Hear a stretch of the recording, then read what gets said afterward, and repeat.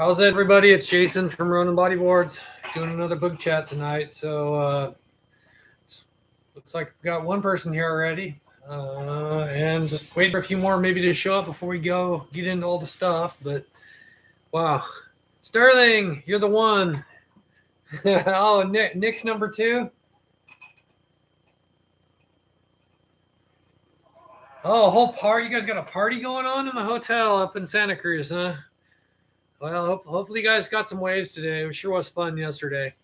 It was fun out there this morning too. You guys say I went down the same zone as we did yesterday morning. Yeah, it's been super fun here. Boy, it feels like winter is really in the works here now. It's starting to feel like winter. It's colder. Definitely getting some cold, brisk offshore winds the last few days and over the last week or so since the storms have started coming. But boy, we've had some great days of surf over the last month. I think I had 14 sessions last month. So yeah, it's been fun.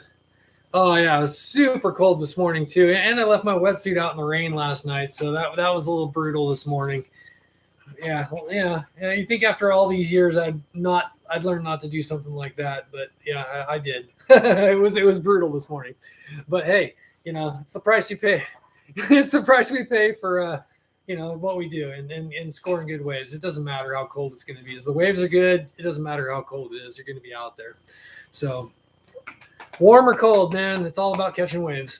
But the cold will really test you, and not like big warm waves will test you in a different way, but cold waves test you in a whole different mental capacity that warm waves don't. So big cold waves are a whole nother game.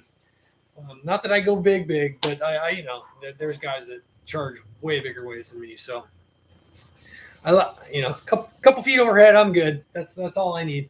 But yeah, Nick and Sterling, it was great to see you guys yesterday. I had a great time.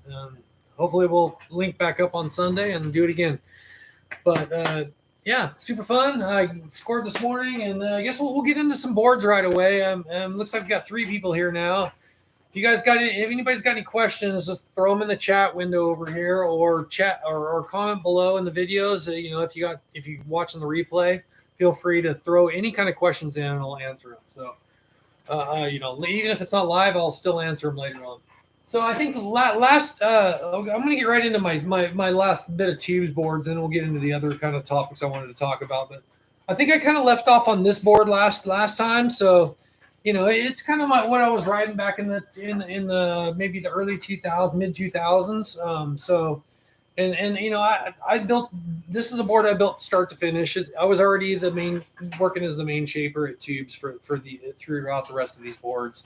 So, one of the big things that what happened when I took over there is that Mez NMD, everybody knows who he is. He makes a lot of boards for a lot of brands, but he had come over and hung out with me for a week in the shop at Toobs, and he brought some materials with me, and it really changed the way I was making boards. I was kind of struggling in the early days taking over at Toobs, doing it the old way without the deck substrates and the EPP backings and things that we do on modern boards these days. So any board from here on out all has those new materials that Mez had showed me when he came over and hung out with me, at the Toobs factory when I took over. So, and I also started getting into some mesh bottoms. This board was one of the first mesh bottom boards I think is even in my quiver. The guys at Toobs kind of strayed away from that because they're having some lamination problems, but when I took over and I got to build my own boards, there was a little less liability. So I got the ability to kind of start experimenting without the consequences of disappointing a customer. It was just me making boards and coming up with my crazy ideas, and trying to push the things that were happening. Not that these were the first boards that ever had mesh in them, but first boards I had ever ridden with had mesh in them. So it really kind of was a game changer for me. And most of my boards from there on out all have mesh bottoms at least. I'm not a big fan of mesh on the top, and maybe I'll talk about mesh top bottoms in another Boog Chat, but it wasn't one of the things I want to get into tonight. So, like I said, I left off with that one, but when Mez had come over, he also secured the deal at Toobs to start making their boards, and anything but the custom boards that I was making all was going to be starting to come from the Mez factory over in Indonesia. And And right about that time was when we got about the time I made that last board. I already gotten some materials of some of the deck skin backings and stuff, but this is a Toobs spec board. It's one of the very few in my quiver that I didn't make in throughout the last bit of Toobs. But it's kind of cool because it's the only board that I have. It's the first generation ISS, so it has the interchangeable stringer in it, and clip crescent tail, standard channels, tube spec kind of dimensions, and but it had thumbed at kind of some light hip grooves through here. I channel my hip grooves out way deeper than what's going on this board, these days, because I really feel there's a benefit to having some deeper channels through the back part of the tail that you can really lock your hips and thighs into. So. But this board's cool. I rode it a couple times, but by this time I was already so into my V-tails that I got on this clip crescent, and it just reaffirmed that I don't like clip crescent tails.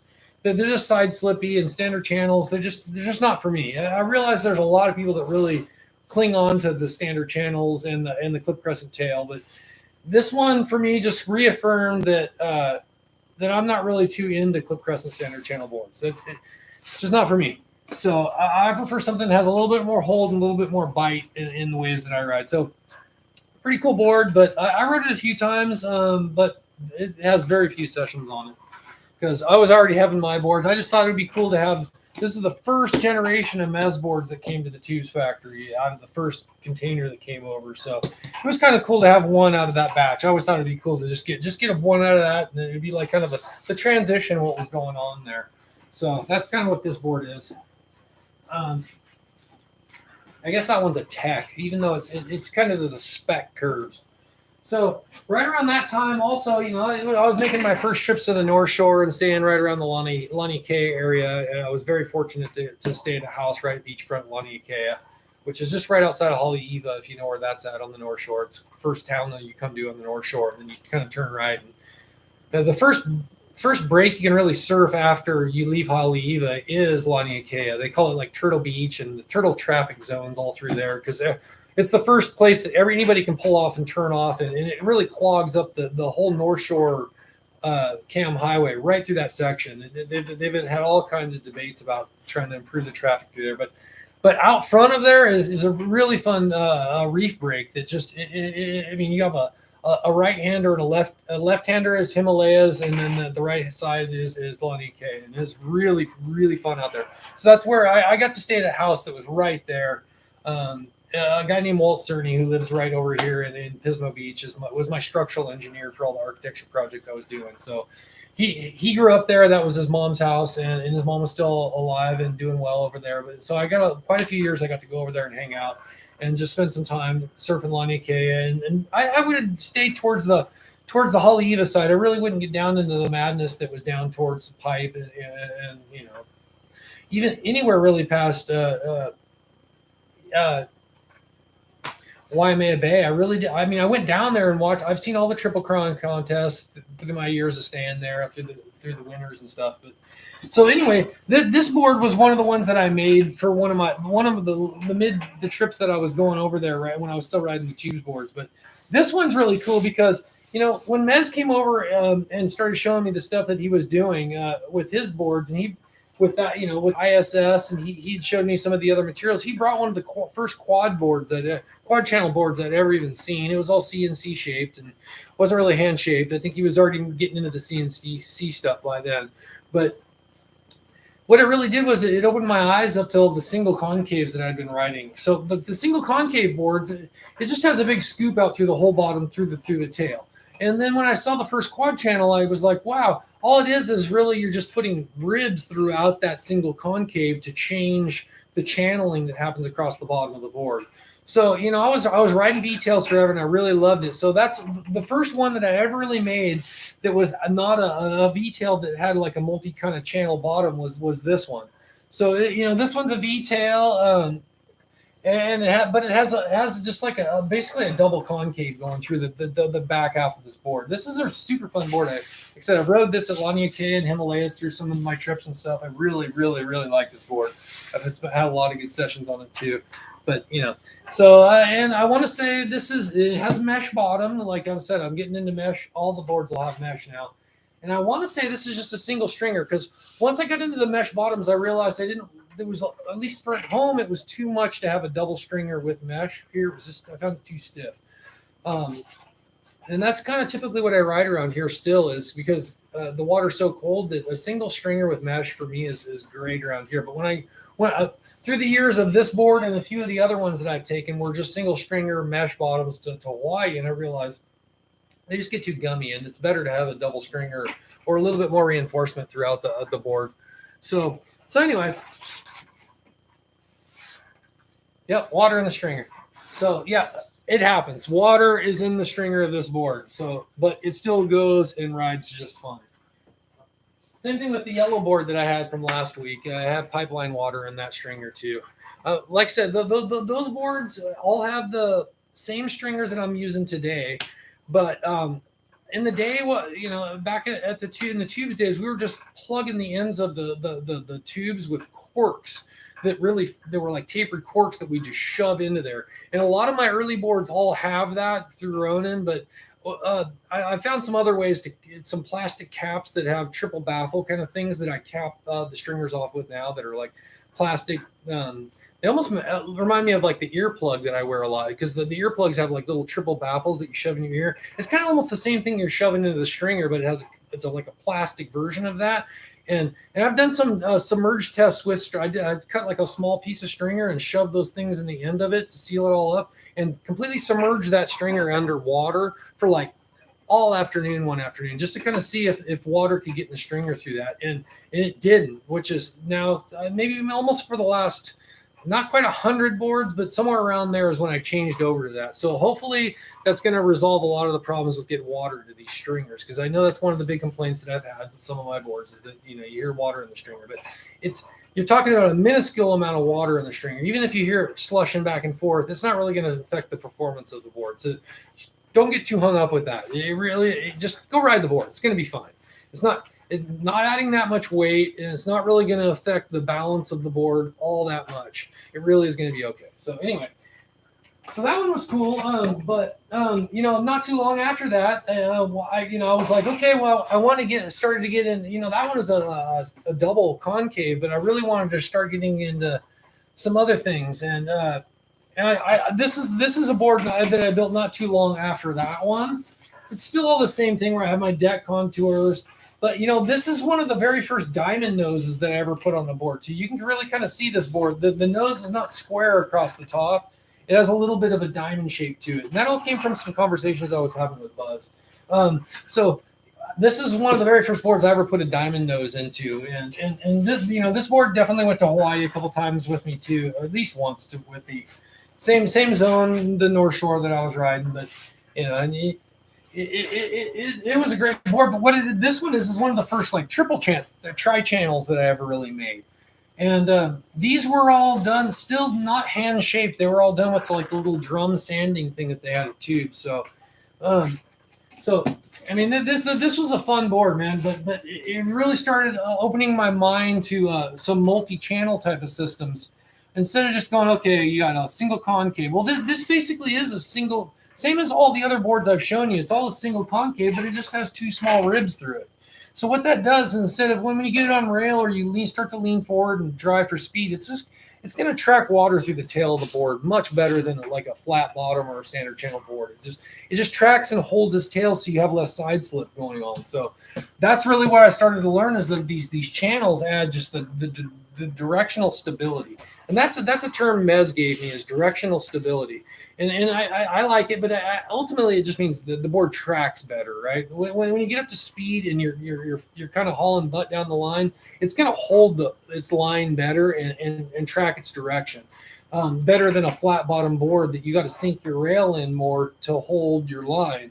This, because it has all the channels throughout the bottom, it's going to track its direction. You can ride more on top of your board, and it's just going to mean you're going to go faster because you're not having to sink your rail or your tail in for the hold that you need, so you're not side slipping. So, and right about this time also, I there's a lot of talk about, where did the scallop tail design come from, and what was all that? And a lot of people will say that my scallop tail design came from the Barba. There's a Barba, like a BZ Barba board that has a tri-crescent. And to be honest, I'd never even seen that board when I first did the first scallop tail board. So a lot of people say, "Oh, it's just a Barba tri-crescent." But if you look at the tri-crescent on the Barba, I mean, I've had a couple of those here in the shop, and they've passed through the shop, so I've got to template out the tails of a few of those boards. So, I mean, I have it, but what you see is a smaller little crescent on the outside of the board and a bigger one through the center. So, I mean, I'm not trying to defend where it came from or what it did, but I'm just saying I've never even seen that tail when I came up with the first scallop tail board. But so the story behind the scallop tail is I had made a gull wing board, like I said, maybe in the previous chat. It was one of the first boards I took to Hawaii with me. It was a gull wing 10 Toobs 10 board, and it was still probably over on the deck underneath the house that I stayed out in Longing Key. I just left it underneath there. I'm sure the people are still using it because why wouldn't you? But I came back and I just realized that tail was just I liked how my hips locked into the cut of it. And now this template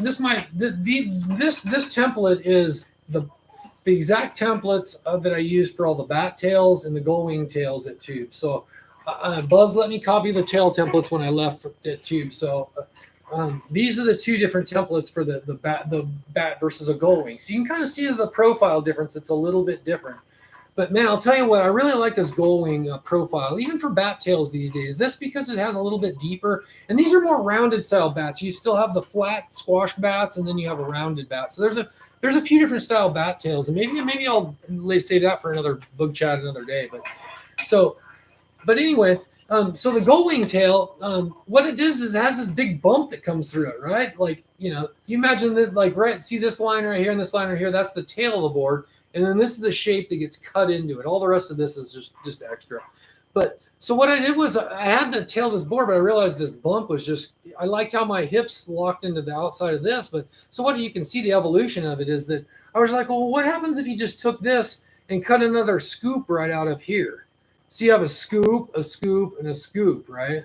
So I mean, that was kind of an eye opener and a changer for me. Is like just take the bump that's crushing your lower region and just cut it out of the tail of the board, and so you get the benefits of having the lock of your hips in it, but you don't have the center bump that really wrecks you when you go up for airs or landings of that kind of stuff. So that's where it came up. But like the very first scallop tail board I ever built was it was kind of a DK board and it was one that so I was still learning to build boards, so I was still making a mistake here or there. And I think I'd made a board at Toobs that really didn't meet the standards of what I needed to ship out. So I had to remake that board, but I saved the board, and then it was a tail issue. So what I took that, I forget how it came about. It was a red and black board, and I have some pictures of it. And I know a guy here locally in the area has that board, and it's a quad scallop board, and that's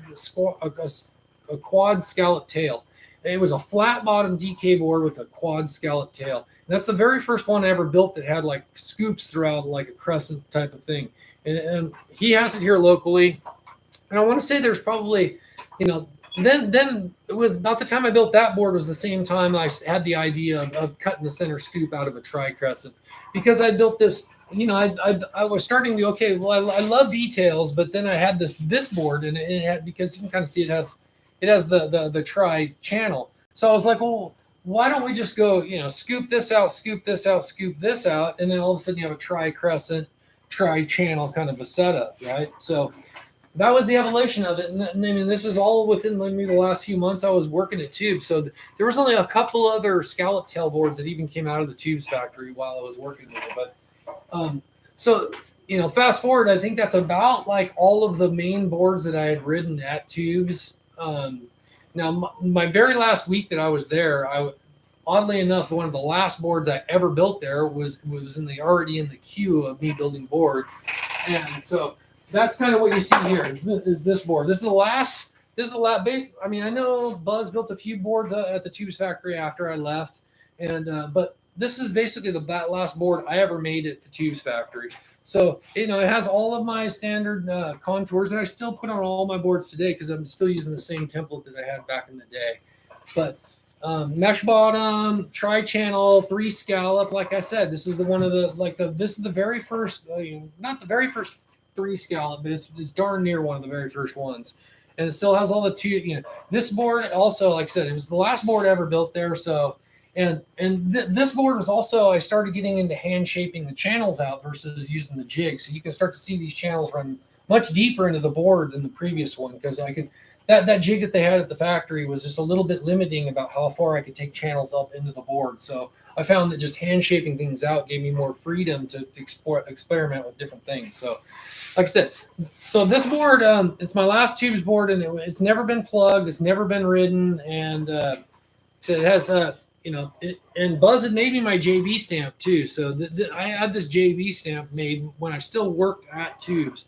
And I still have it today. I can still stamp that stamp on some boards, and I do it on a few of my personal boards, but I don't get too many requests for it. You'll see it sometimes in the mosaic ones the bottoms or tops that I do too. I like to just throw that one in there as a little mix. But so yeah, I might pull this one out a little bit later, because this one in Ronin number 100. No, Ronin, no, you want this one, Nick, but you also want Ronin number 100, because Ronin number 100, if you go look at it, is it's linked to this board. So we'll get into that later on once I get into my, we're getting to the end of my Toobs boards, but I still have all of my Ronin boards to get through. So, that's where I really got the freedom to start experimenting with some ideas and stuff. I was a little bit limited in what they would allow me to do in the factory. So back in the day. So once I got my own shop set up and got to be able to start experimenting with the things that I wanted to do, it really started opening the doors and gave me the freedom to experiment with ideas and things that I wanted to do and I could do. So anyway, yeah, that board, even today, I still think it's probably one of the best Toobs boards I've ever built. As far as the quality goes and the details and things, like I built some really cool boards for some really cool people back in the Toobs days, but that board right there, as far as quality goes and innovation, it's like no other Toobs board probably ever really made. And I don't want to toot my own horn, but I guess I kind of am, because there have been a lot of clip crescent standard channel boards coming out of that factory for years, and that thing is not a clip crescent standard channel board. So and it also has you can obviously see some of the designs, and you can see that even through the last couple ones that I showed you tonight, is that this pattern with the Toobs thing that I did on my boards also I definitely have these kind of stamps going on with all of my Ronin patterns, just because I love the idea of these angled patterns throughout the bottom of the board. It kind of disrupts the patterns and the bottom from underneath. I don't know. I just think it's a really cool graphic on the bottom of a board. I love the Toobs triangle. This Toobs logo is just so iconic, and to be able to kind of flip flop it like this, and then obviously I can do the same thing with this pattern, as I can take it and flip flop it across the bottom of the board. It works the same way. So you can obviously see the influences, and you can see this board also has stamped rails. That's one of the previous white black board had stamped rails as well. It's some of the first stamped rails that I ever did for myself. A guy named Kale, who's a longtime Toobs rider, came in and showed me this on a couple of his boards, and then I was like, "That's a great idea. It looks great. I'm going to start doing it on my board." So you can see that once I got into all my Toobs boards, I'm doing the same thing. I'm just taking my little R symbol, like the small version of this R, and just that stamp and running it down the rails as well. I just think it's a great look to the board. It really, once you see that, if you get a good close-up water shot of that, kind of in the distance a little bit, and you can see those R patterns down the rail, it really looks cool in a water shot. So I don't know.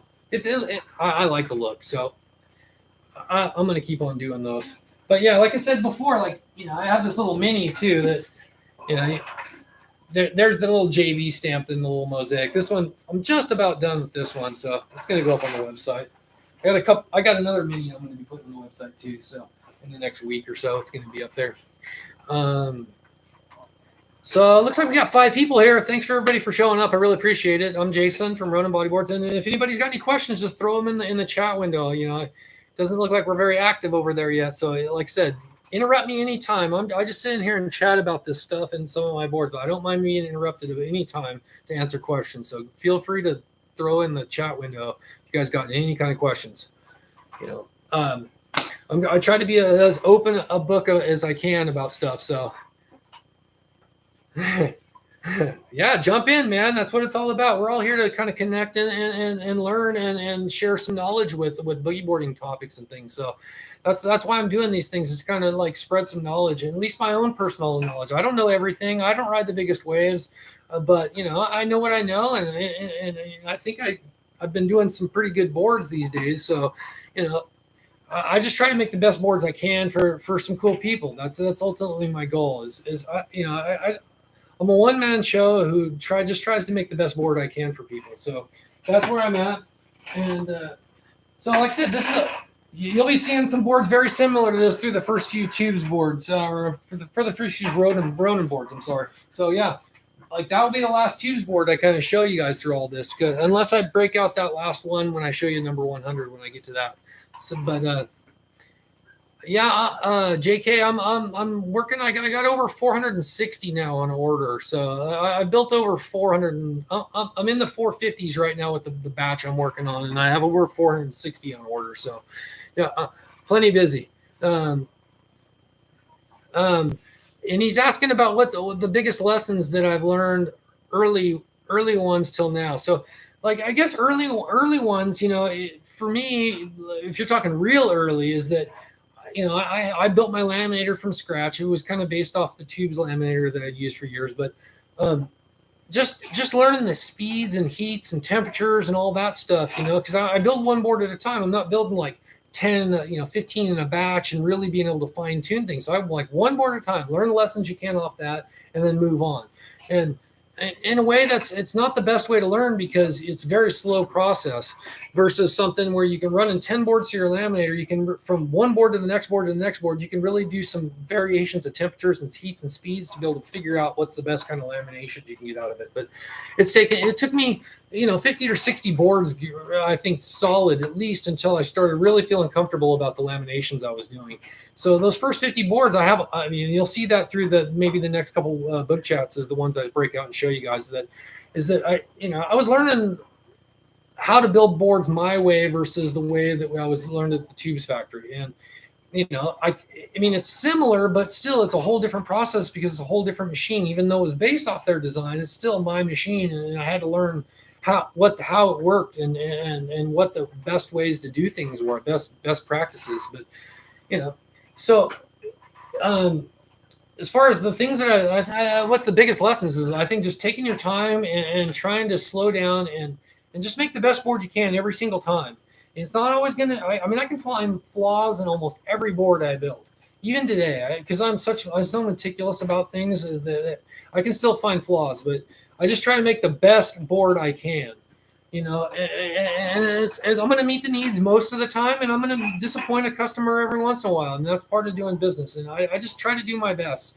And I realize that some people get a little disappointed with some of the things I build, because, you see these cool pictures online and that I post, and people put my boards at this unbelievably high standard, and that it's going to be something like it's just better than anything else. And I'm not saying it is. It's just the best board I can build. So I just try to build the best boards I can, and I hope that people that get them love them and catch good waves. That's ultimately what it's about for me. I just want to,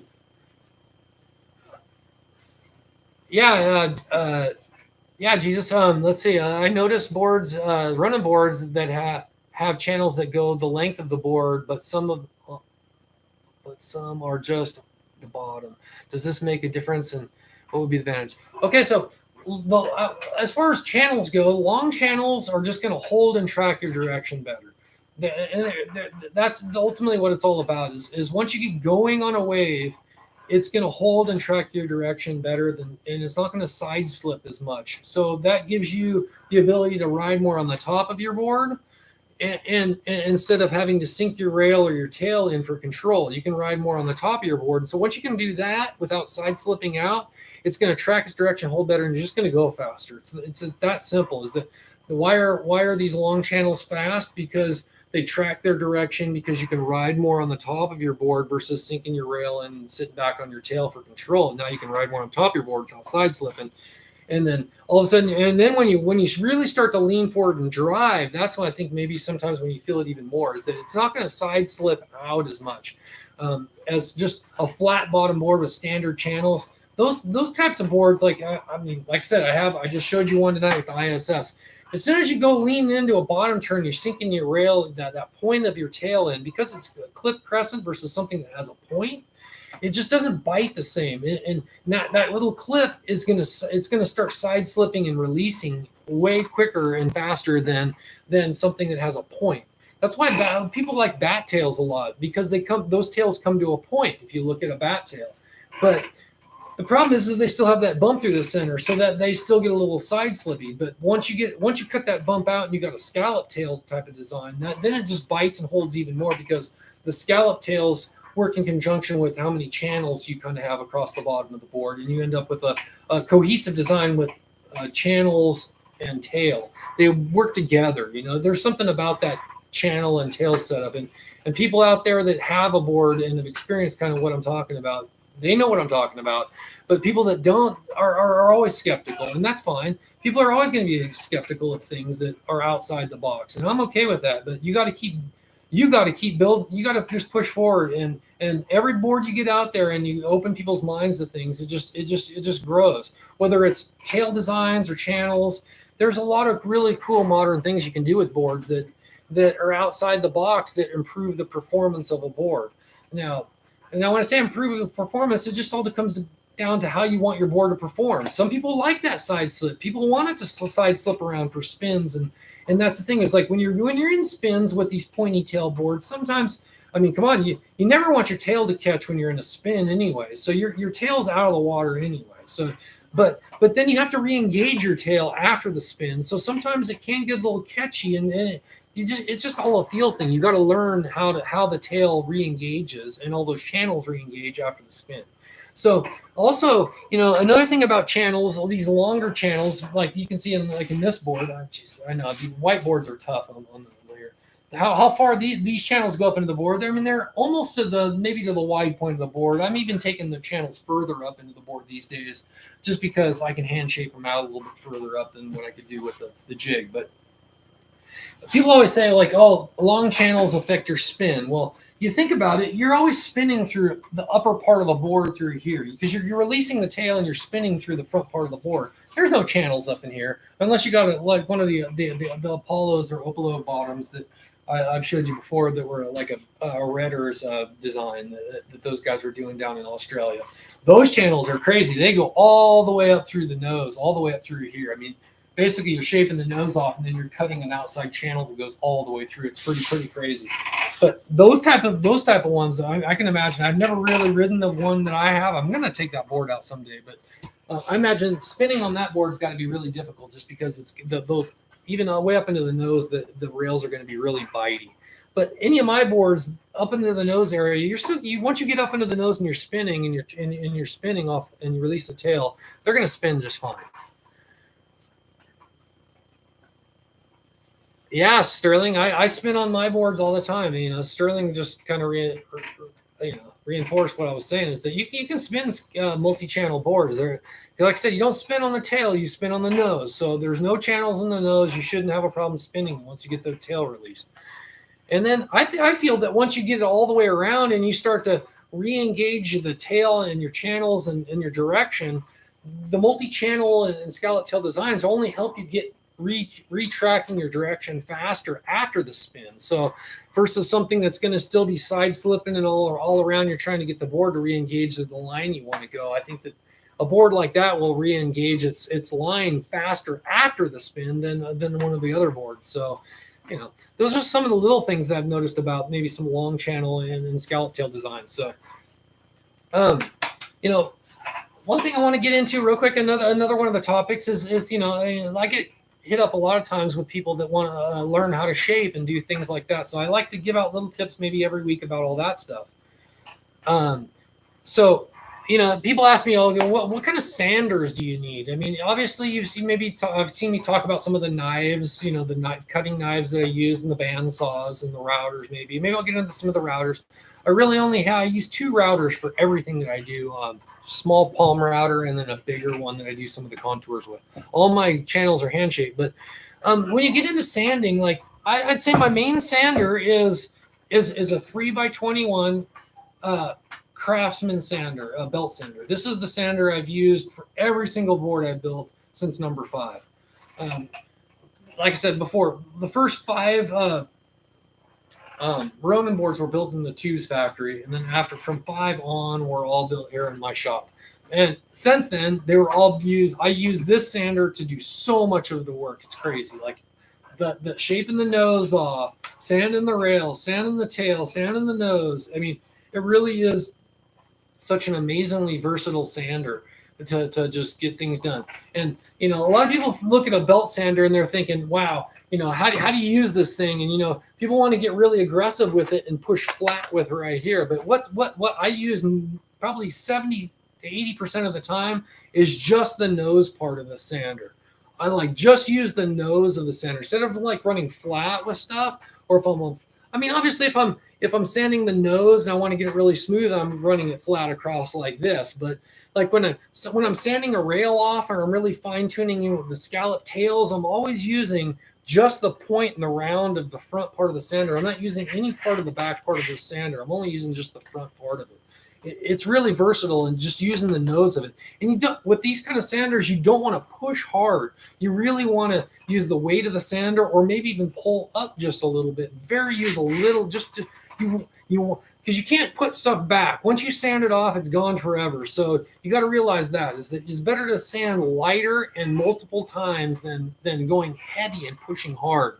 There's nothing ever good that happens from rushing through the process of sanding. You really got to take your time with it. So like I said, I use this for a lot, but so for rails, tails, noses, all that stuff kind of work, I just use this sander. I use 120 grit only on these things. I don't change the belt on anyway, just a Diablo 120 grit. So I'll go in and I'll shape all the channels off by hand with the Sureform planes that maybe I've shown you guys those before, but they're basically just like the cheap little Stanley Sureform planes. I have one that's a flat bottom, and then I have that one still has foam in it. And then I have one that's an angle, rounded bottom. So sometimes, just depending on what I'm doing, sometimes I'll use the flat one, sometimes I'll use the angle one. So when I'm shaping the channels out, I'll use those. But then after the fact, I'll get into it. Sometimes having a little mouse sander, a little detail sander like this is killer. It's kind of not fun, but it's really useful to get into the channel sometimes. Just after you're sure forming stuff off, you come back in, you'll lightly sand maybe with this just to get any of the imperfections out. I also use this a lot for my plugs, the final sanding when I put the FCS plugs into stuff. I'll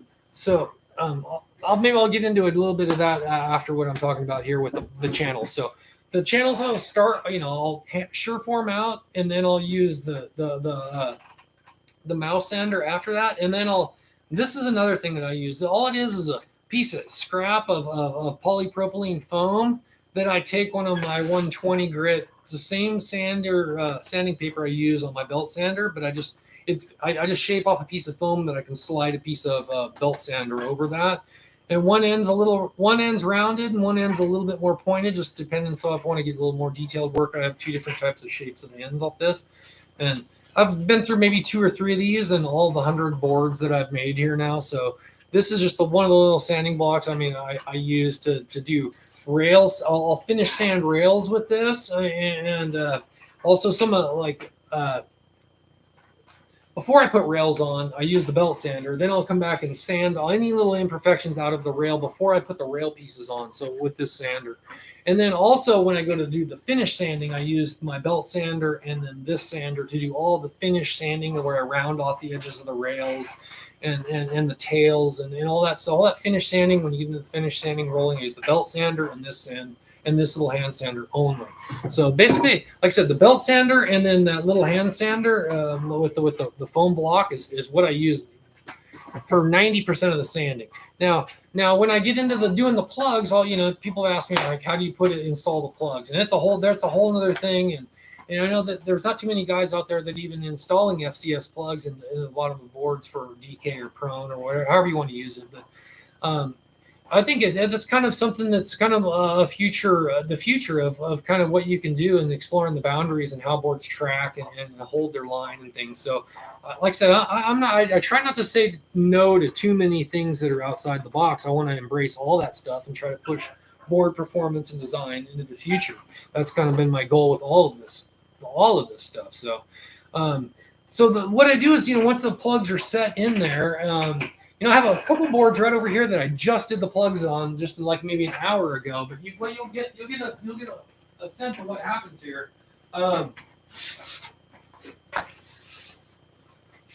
So this board, I use vector fins actually to set my plugs. So you're going to have vector fins on the bottom of your board. I might as well use those fins to set the plugs. So it really gets, if you have a double plug kind of fin, it really does make sure everything goes. So what happens though, as you can see, is that you got some excess epoxy and everything that's around the edge of here. So I'm going to pull this out, and then all of this extra stuff through here has to get sanded down. So what I do to do that is I use a 5.5 inch orbital sander. So for the rough stuff, I have a Bosch orbital sander like this that I use to sand all the rough stuff down. That plug, I'll use this to sand it down pretty close to the sirloin before, because like I said, you saw all the blue tape around there, and that's what protects the sirloin from getting hit by the sandpaper. So you really got to be delicate with the sanding process of sanding those plugs down. It's really critical you don't burn through that tape. Otherwise, you're going to start marring up the sirloin and scratching up the sirloin. You don't want to do that. So that's why I use 2 layers of that blue tape. That's one of the secrets about doing those plugs. 2 layers of blue tape. You do all your layout over that, and then you set the router out the plugs. You set them in with epoxy, and then you sand them down with this sander close. And then I finish sand with this sander to do all the little fine sanding to get that thing down so it's flush with the sirloin, or flush with the blue tape really. And then you just after it's set, you spray that off with some seal, like a sealer. It's like an acrylic sealer that seals the plastic, just to kind of get it one last little coat so it's all sealed off, and then you can pull the blue tape off and it's done. So that's kind of the sanders. That's most of the sanding that I do. I have a couple little small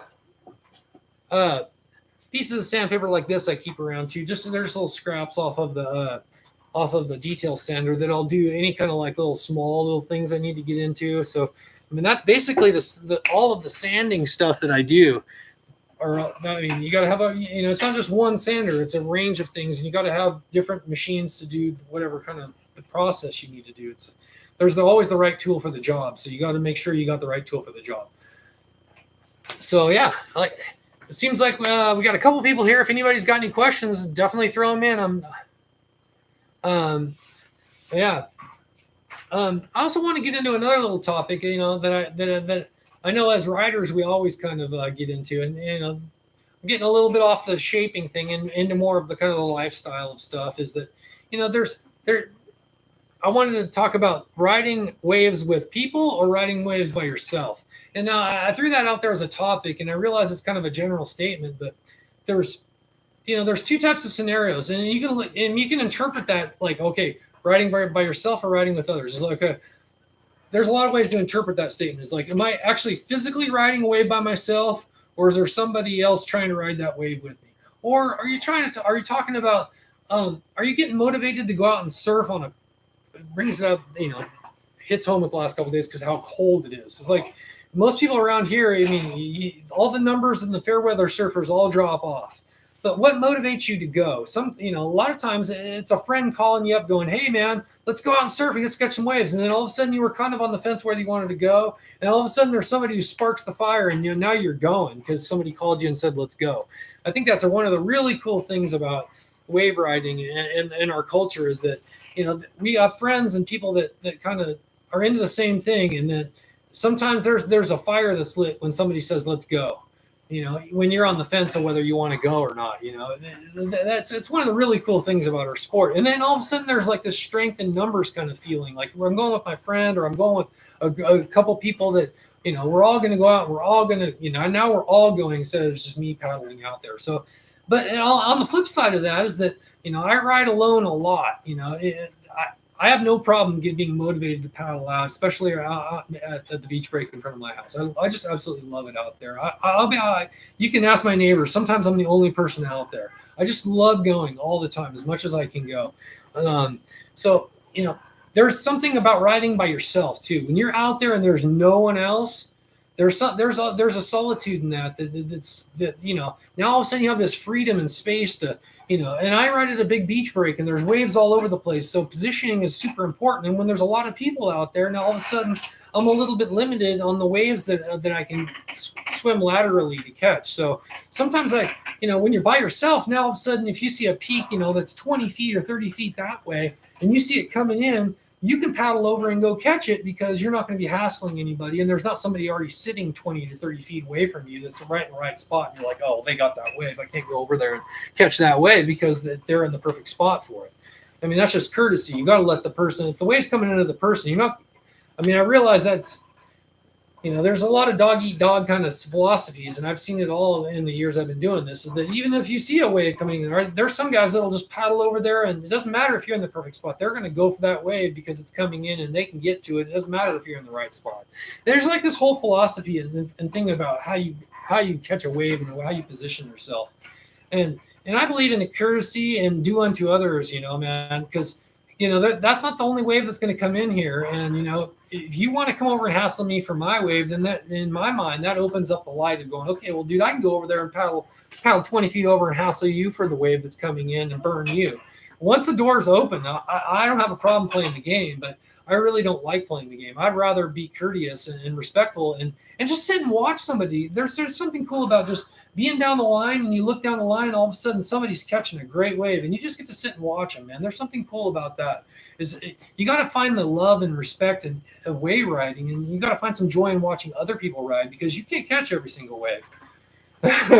You got to give some waves up, and there's something about that. But now all of a sudden you're way out there with your friends, and you go out there and you got 4 or 5 people in line, and believe me, that's some of the best times you can possibly have in the water is when you're out there with 4 or 5 of your friends, and you're kind of the only ones out there, or maybe you're kind of dominating a little bit of a section of the thing, and now all of a sudden you can work as a team to kind of, everybody's going to get waves, and you can kind of keep off the hasslers because you got a group of like 5 or 6 or 7 bodyboarders, and everybody else is out there surfing. People kind of maybe almost respect your space a little bit because you're all clumped up as a group, and people just don't want to hassle you because you're working as a group. You can get a lot of fun waves like that. And I have some great memories of riding waves with some of the people, maybe, my friends or people I've built boards for or any of that, man. There's something really cool about catching a wave with one of your friends and be able to share that moment with somebody. It's really magical, man. That's another one of those beautiful moments in surfing, is being able to share a wave. And if you're both competent and you know what you've ridden enough with another person, and you know what they're going to do, that's when it becomes really fun, because you can start bottom turning around each other and doing all kinds of fun stuff. It really is fun to share a wave with a friend. It really is one of the magical things. And I don't know. I find a lot of joy in riding waves with my friends, but also I find a lot of joy of being out there all alone in the lineup. So it's kind of a yin and the yang kind of thing, where you're like, okay, what it's all about, just having fun and being in the moment. Yeah, Nick. It's all about party wave every once in a while. It's the boogie party. Every once in a while you gotta have a boogie party. Boogie party, just yell it out and everybody goes, right? And then, whatever is gonna happen is gonna happen. It's not about everybody, the performance of the wave. It's about sharing that wave and being in the moment with all your friends. It's awesome. It's one of the great moments of riding waves. I mean, with you guys, I have some very vivid memories of riding a wave with Rio. Rio, my buddy on Maui. He and I got a few sessions this last trip into Maui. We were at Ho'okipa, and I got to be able to ride a couple waves with him at Ho'okipa that were like, oh, those ones will be in my mind forever. And then another guy, he has the very first custom board I ever made for Ronin. I met him on one of my Wahoo trips, right as I was transitioning from Toobs to Ronin. I barely built the first 1 or 2 boards, 3 boards at Toobs, and then I was made a trip to Oahu. I was out off Diamond Head and surfing off of Diamond Head on the reefs off of Diamond Head, and me and buddy I went on with the trip, and then I met Kevin Jang. I've made quite a few boards for him, and he has the very first order custom board that I ever made for Ronin. I mean, I made a couple friends for a couple boards for Jim and a guy I rode with a lot with named Dave back in the day. He's a drop knee guy, a local guy here. I rode a lot with him, and he's the guy I went with Hawaii with quite a few times in the early days. But so you know, Jim, who does all my screen printing, he did this you know. This is the little zip up hoodies that I got, but he did all the screen printing for this. My Jim Ledbetter, he does Anxious Energy screen printing. He's down in Texas at the wave pool. He rides out at the Waco pool all the time. So Jim and Dave have some of the very first boards I ever built with Ronin. They will also have Toobs boards I built for them as well back in the day. They all kind of transitioned over once I started Ronin. They were like, oh, we want to keep getting custom boards from you. So they were some of my first, you know, they were already my friends. They weren't really true customers. I was just building them and doing trades with them. And Dave, my drop knee guy, I would just build boards for him just to have him experiment with some of the early drop knee designs I was doing. But as far as Kevin was one of the first boards, I'd met him, like I said, surfing off of Diamond Head. And I was riding Ronin #1. I remember, forget it, was Ronin #1, and Dave was riding Ronin number like 2 or 3, and we were out off of Diamond Head, surfing the reefs, and the only other bodyboarder out there was the guy named Kevin Jang. He's the coolest kid, man. I hit it off them instantly in the water. I mean, he was just like, "Who are you? What are you riding?" Da, da, da, da. And I'm like, "I just started Ronin," and he's like, "Oh man, when you're ready to start taking orders, you let me know. I want to be the first person to get aboard." So he had the very first. He was in the 20s or 30, maybe 32 or something like that. He was the very first custom order I even took, and he has quite a few of my boards. But he, you know, now that I made all those boards for him, he actually came through Morro Bay, and I got to go down and surf at the Rock, just kind of like what you, Sterling, you and Nick did down there. I've met a few.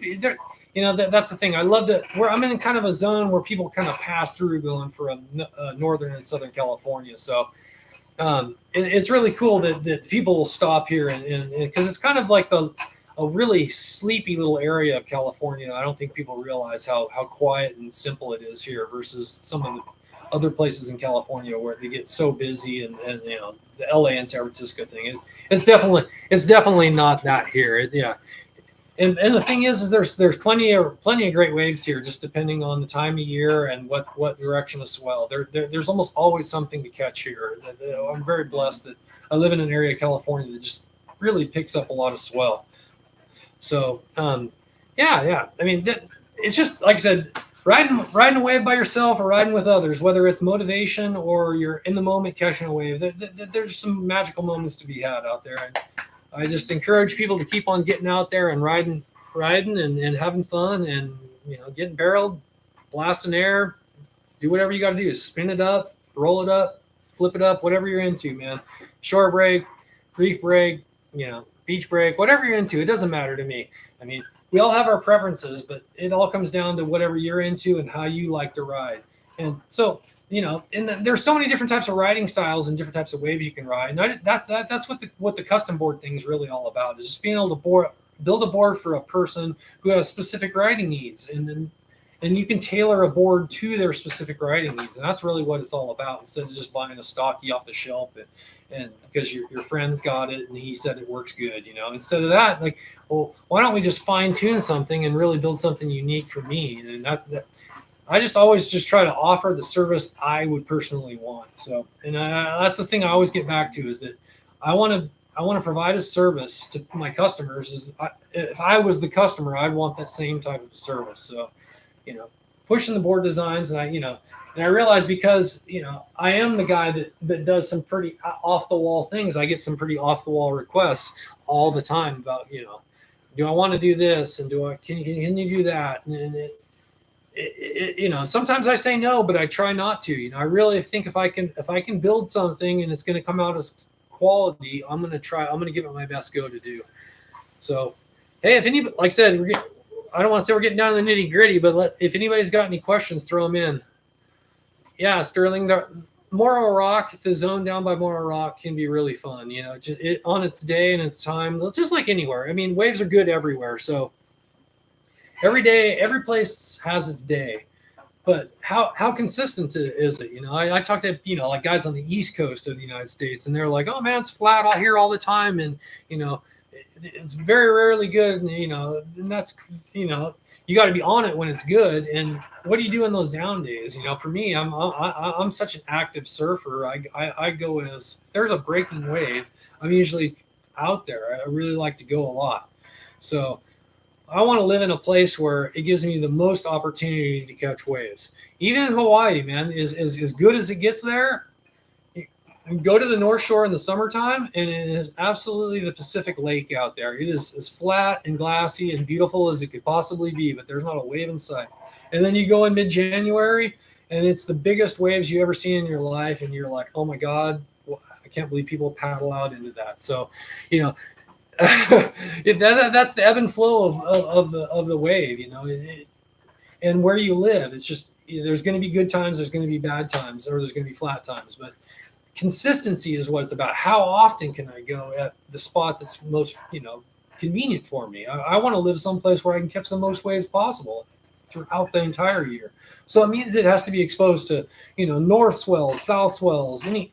Depending on where you're at in the world and how your storms work and how things spin around and how, waves are generated, I want to be in a spot that's active, and man, there's something special about Central California, because it picks up south swells, deep south swells, even from coming off of New Zealand and Australia, that will push into summertime and bring us some just amazingly beautiful south swells. I know those really get into Southern California as well, but and then on the flip side of that, you get the whole winter that all the North Pacific that just pushes us northwest swell. That's just that's the stuff that hits the North Shore of Oahu and is massive. But those storms that hit Hawaii usually hit here in California within a day or two after. So just depending on how it's swirling around and how the storms are spinning through the Northern Pacific, it really those same swells that hit in Hawaii hit Central and Northern California pretty consistently. So like I said, whether it's south swells or north swells, we almost have swell here all the time. I'm very blessed that I live in a zone that it's really consistent. So yeah, the rock's fun. The beach break right out here is fun too. I mean, it's a little bit smaller most days than down by the rock or in the south end of the bay, but it just depends on the direction of swell here, because I have this bay that in certain sections of the bay, it just depends on which way the swells are coming in, and different places will light up. So you just got to know when and where because of the swell direction around here, and there's almost always a wave to catch. It's crazy. Very rarely under 2 or 3 foot, very rarely. So there's always something to catch, even if you got to break out the tombstone and grovel it up, man. That's what I always say. That's what it gets small under 3 foot. I break out my tombstone and just ride that because it's just a wave catching machine.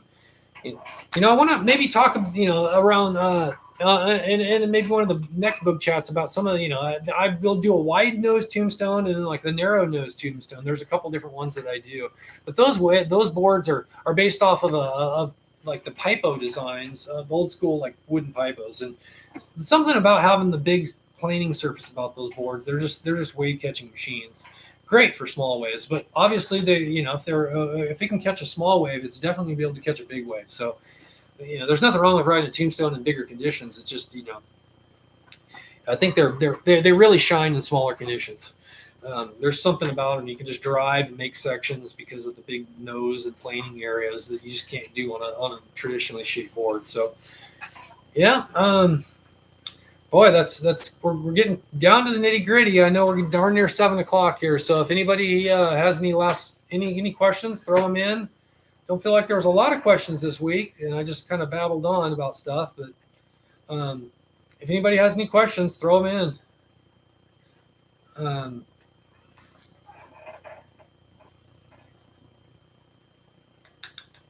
Yep. I guess if everybody's pretty much done, maybe I'll just sign off and. It's about 7:00 now, and like I said, 6 to 7 on Friday nights is kind of when I'm going to do these things. And unless like I said, if I get requested, maybe switch it up to a Saturday or Sunday on occasion, so more people can make it. Just comment below and just let me know what you know, I realize that sometimes these times aren't great for everybody around the world, and you know, it's convenient for me, and that's why I do it now, because I basically have no life. I surf and I build bodyboards. That's kind of what I'm into these days. I don't do much else. So I really appreciate everybody showing up and the questions that I did get. So I guess if it's 7 o'clock now, I'm just gonna say thanks a lot for showing up and being part of this, and I guess I'll see you next week. If yeah, and next week I'm probably gonna start breaking out some of the first Ronin boards, my personal Ronin boards for the first few, and we can kind of look at maybe how that's gonna how the designs progress along through the Ronin board. So appreciate everybody showing up, and thanks a lot. So I guess I'll say ciao for now, guys. Thanks a lot for showing up. Appreciate it.